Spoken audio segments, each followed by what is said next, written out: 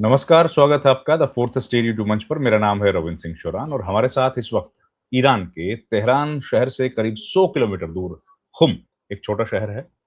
वैसे तो बड़ा है, 15-20 लाख की पॉपुलेशन का शहर है, लेकिन तेहरान से छोटा है। वहाँ से हमारे साथ जुड़ गए हैं शबीर मेहदी खान। हम लोग बातचीत करेंगे, इनसे जानेंगे कि इस वक्त के ताज़ा तरीन हालात क्या हैं। बातचीत का दौर टूट गया, उससे क्या लोगों में निराशा है या दोबारा लड़ाई के लिए लोग तैयार हैं? इतने सारे लोगों की वहाँ पर शहादत हुई है, उसके बाद कुछ माहौल बदला है क्या? लोग शांति चाहते हैं या युद्ध चाहते हैं? तमाम मसाइल हैं, उन पर बात करेंगे। हमारे साथ जुड़ गए हैं शबीर मेहदी खान साहब। शबीर साहब, सलाम वालेकुम, नमस्कार, बहुत-बहुत स्वागत है जी आपका। जी, आदाब आदाब जी और रविंद्र जी और बहुत ज़्यादा शुक्रिया कि आपने मुझे दावत दिया। आपके दर्शकों का भी मैं जो है धन्यवाद करता हूँ। बहुत बढ़िया। शबीर साहब वहाँ पर आप रिलीजियस स्टडीज़ करते हैं, रिलिजन स्टडीज़ के छात्र हैं, खुम यूनिवर्सिटी में और जी, मूल रूप से जी, हिंदुस्तानी हैं। जी हाँ। तो आपका नज़रिया मुझे लगता है ज़्यादा न्यूट्रल होगा, निष्पक्ष होगा, क्योंकि आप हिंदुस्तानी हैं और हमारा बाकी लोगों की तरह भी। अभी की हालात क्या है वहाँ पर? आप जो देख पा रहे हैं, आप तो क्योंकि जहाँ रहते हैं आपने बताया कि वहाँ करीब 80 मुल्कों के छात्र पढ़ते हैं। तो आप लोगों के बीच में जी हाँ। मुज़ाकरात भी होते होंगे, बातचीत भी होती होगी, आप लोग चर्चाएँ भी करते होंगे कि भई क्या होगा? और तो अंतर्राष्ट्रीय छात्रों के बीच इस वक़्त क्या गहमा-गहमी है, क्या गुफ्तगू होती है? और हालात को लेकर क्या तनाव की स्थिति है क्या? जी हाँ। एक तो बहुत-बहुत शुक्रिया और काफ़ी गहरा सवाल है और विस्तार के साथ गुफ्तगू की भी ज़रूरत है इस मसले पर। रविंद्र जी बहुत-बहुत शुक्रिया। एक तो ये है देखिए यहाँ पर इस्लामी जो क्रांति जो आई है यहाँ पर, उसके बाज़ उसूल थे, ठीक है? 1979 में जो इस्लामिक रिवॉल्यूशन यहाँ पर आया है, आयतुल्लाह खुमैनी की लीडरशिप में, यहाँ पर उसके उसूल थे, ठीक है? उन्होंने ये कहा है कि हम इस्तिक़लाल यानी सेल्फ डिटर्मिनेशन, आज़ादी यानी फ्रीडम और एक इस्लामिक रिपब्लिक जहाँ पर पब्लिक का रोल हो और चौथी चीज़ ये है कि इस्लाम का कानून यहाँ पर आए, क्योंकि हम जो है इस्लाम के मानने वाले हैं और जो शिया जो इस्लामिक जो वो है, स्कूल ऑफ थॉट है, वो इस्लाम यहाँ पर जो है लागू हो। एक ये हुआ यहाँ पर, ठीक है? तो उसके बाद इन्होंने ये देखा कि अब हम जो हमारे मोटिव्स हैं, हमारा जो सेल्फ डिटर्मिनेशन है, उसको लेकर हम आगे बढ़ेंगे। यहाँ पर ये चीज़ें कॉलोनियल पावर्स को पसंद नहीं आई, क्योंकि 1979 से पहले यहाँ पर जो शासन था, वो रज़ा शाह पहलवी का शासन था, ठीक है? वो कामिल तौर पर पूरी तरह से वो यूएस इन्फ्लुएंस के अंडर थे, यूएस के पपेट थे, जिस तरह से आज हम सऊदी अरब को और यूएई को देखते हैं कि सऊदी अरब को वो इतनी गंदी बात भी करते हैं ट्रम्प, तो वो जवाब तक नहीं देते उसका। यानी देखें आप बराबर। इतनी ज़्यादा गुलामी की स्थिति देखें, जवाब तक नहीं दे पाते वो, उसी तरह की स्थिति यहाँ पर थी। और हुँ, यूएस के जो मेन एलाइज़ थे उस ज़माने में 1960s में, इज़राइल तो बाद में बना है, 1967 के बाद बना है इज़राइल यूएस का एक इम्पोर्टेंट एलाई। लेकिन उससे पहले 2 बड़े एलाइज़ थे यूएस के, एक सऊदी अरब था और एक ईरान था।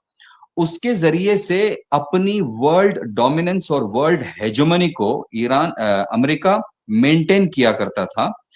तेल का आप देखें सऊदी अरब में 20% रिजर्व्स पाए जाते हैं तेल के। ईरान में भी उसी तरह से ये 40% रिजर्व्स खुद अमेरिका के हाथ में हुआ करते थे उस ज़माने में। इसके ज़रिए से वो वर्ल्ड हेजेमनी और दूसरी भी चीज़ें जैसे कि डॉलर है, जैसे कि मिलिट्री है, ये तमाम चीज़ें, ठीक है। और राइट। एक ये हो गया। तो यहाँ पर एक क्रांति आती है और क्रांति आकर ये कहती है कि हम ना सिर्फ सेल्फ डिटर्मिनेशन तक पहुँचेंगे बल्कि दूसरे देशों को भी हमारा ये क्रांतिकारी मैसेज पहुँचाएँगे, ठीक हुँ, है? एक ये उन्होंने कहा, ये बहुत बड़ा उनका नारा था, "मा इन्क़लाब रा सादिर मिख़ुनिम" हम हमारे इस क्रांति को दूसरे जहान तक लेकर जाएँगे। यहाँ पर एक मिस्टेक हो जाती है रविंद्र जी, वो ये है कि लोग ये समझते हैं कि ईरान इस्लाम को पूरी दुनिया में फैलाना चाहता है। जबकि ये बहुत ही ज़्यादा एक गलत मिसअंडरस्टैंडिंग है। इस्लाम को बिल्कुल भी नहीं, क्योंकि ईरान और जो हमारी शिया थियोलॉजी है, उसके हिसाब से हम ये मानते हैं कि दूसरों को भी राइट है अपने दीन पर प्रैक्टिस करने का।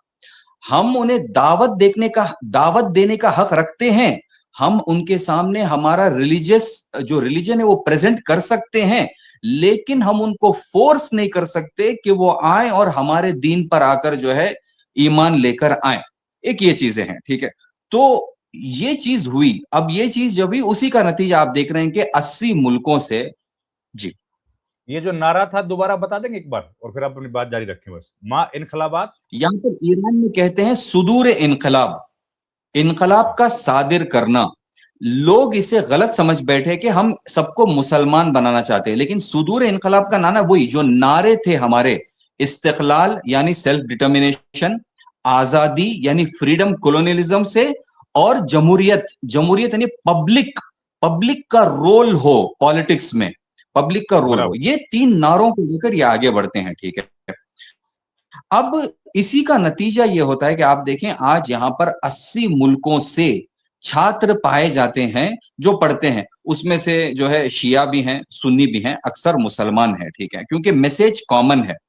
अब क्योंकि ये वाला मैसेज कॉलोनियल पावर्स को बर्दाश्त नहीं होता, वो हरगिज बर्दाश्त नहीं कर सकते कि कोई आकर हमारी हेजेमनी को चैलेंज करें।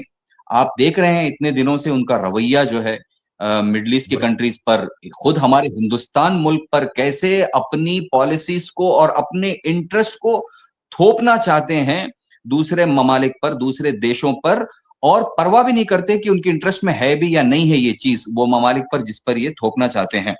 तो ये चीज को जब चैलेंज कर रहा है कोई मुल्क, तो ये झगड़ना चाहते हैं। असली झगड़ा ये है, लोगों को डिसीव किया जाता है, मिस इन्फॉर्म किया जाता है ये कह करके ये तो इशू न्यूक्लियर का है, ये तो इशू मसलन सुन्नी शिया का है, ये तो इशू ये है कि ये मुसलमान जो है यहूदियों को मार देना चाहते हैं। ये तमाम चीजें प्रोपेगेंडा होती हैं। असली इशू ये है कि एक कंट्री आया है जो आपकी हेजेमनी को, जो आपके कॉलोनियलिज्म को चैलेंज करना चाह रहा है, और आपको ये चीज बर्दाश्त नहीं होती। आप कैसे भी करके इस चैलेंज को जो है और इस कॉम्पिटिटर को, जो ओपोनेंट जो आया है, उसको आप कैसे भी करके डिस्ट्रॉय करना चाहते हैं। असली जंग इस तरह से देखा जाता है।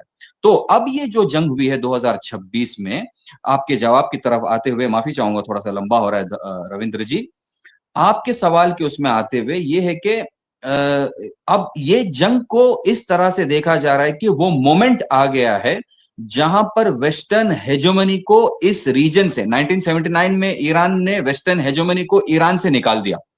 अब ये मोमेंट आ चुका है जहां पर इस हेजेमनी को इस रीजन से भी निकाला जाए। उसके बाद हमारा अगला कदम ये होगा, ईरान कहता है ये, कि इस हेजेमनी को हम पूरी दुनिया से भी खत्म करें और हर कंट्री को अपने डिसीजन और अपने सेल्फ डिटर्मिनेशन का हक दिलवाएं। इनकलाब का मैसेज ये है जी, Ravindra ji. Okay, okay, right. तो इस वक्त क्या चर्चाएं हैं आप लोगों के बीच में? छात्र 80, क्योंकि 80 मुल्कों के आपने बताया स्टूडेंट्स हैं, तो जाहिर है सबकी राय कुछ मुख्तलिफ तो होगी कि भाई ये लड़ाई जी खत्म हाँ। होनी चाहिए, ना हो, चलती रहे, अन्याय के खिलाफ है। क्या विचार है? जी हाँ। जैसे कि बताया यहाँ पर इसको कि अब इस 2026 की जो मार्च की जंग है, जिसको या कह जाए रमजान वॉर जिसको कहता है, 10वें रमजान को, 10 रमजान की तारीख को इस जंग को शुरू किया गया है। इसको इस तरह से देखा जा रहा है कि ये बेहतरीन मौका है कॉलोनियलिज्म से और वेस्टर्न हेजेमनी से छुटकारा पाने का। एक ये है। यहाँ पर जो इंटरनेशनल तुल्लाब होते हैं वो अपने तौर से मेहनतें कर रहे हैं ताकि दुनिया तक इस ईरान के मैसेज को पहुंचाएं। एक असली इनकी जो रिस्पॉन्सिबिलिटी जो देखी जाती है, खुद अलबत्ता इनको ईरान की तरफ से नहीं कहा जाता कि आप इस काम को अंजाम दें। इसको मैं स्पष्ट कर दूं, मैं अगर बात करूं तो हिंदुस्तान के हित की बात करूंगा, मैं ईरान के हित की बात नहीं करूंगा यहाँ पर। तो इसको आप जो है मसलन इत्मीनान रखिएगा इस बात पर। एक ये है। तो ये जो दूसरे देश के जो स्टूडेंट्स हैं ये भी इसी तरह से एक रवैया रखते हैं।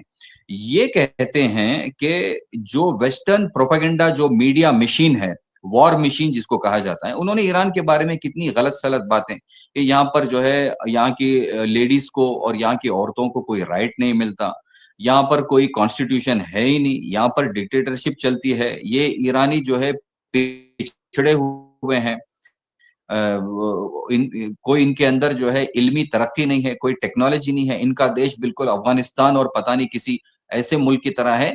इस छवि को तोड़ना है और जो सही सूरत है ईरान की उसको प्रेजेंट करना है कि एक सिविलाइजेशन है जो 5000 साल से है, इसकी कॉन्ट्रीब्यूशंस हैं, हजारों सालों से इसका राबता चीन से रहा है, हिंदुस्तान से रहा है, ये चीजें मिस्र से रहा है, मिस्र यानी इजिप्ट से रहा है, ये छवि को पेश करना और आज जिन वैल्यूज को और जिन आदर्शों को लेकर ये दुनिया को मैसेज पहुंचाना चाह रहा है, उस मैसेज को दुनिया तक पहुंचाना है। बराबर।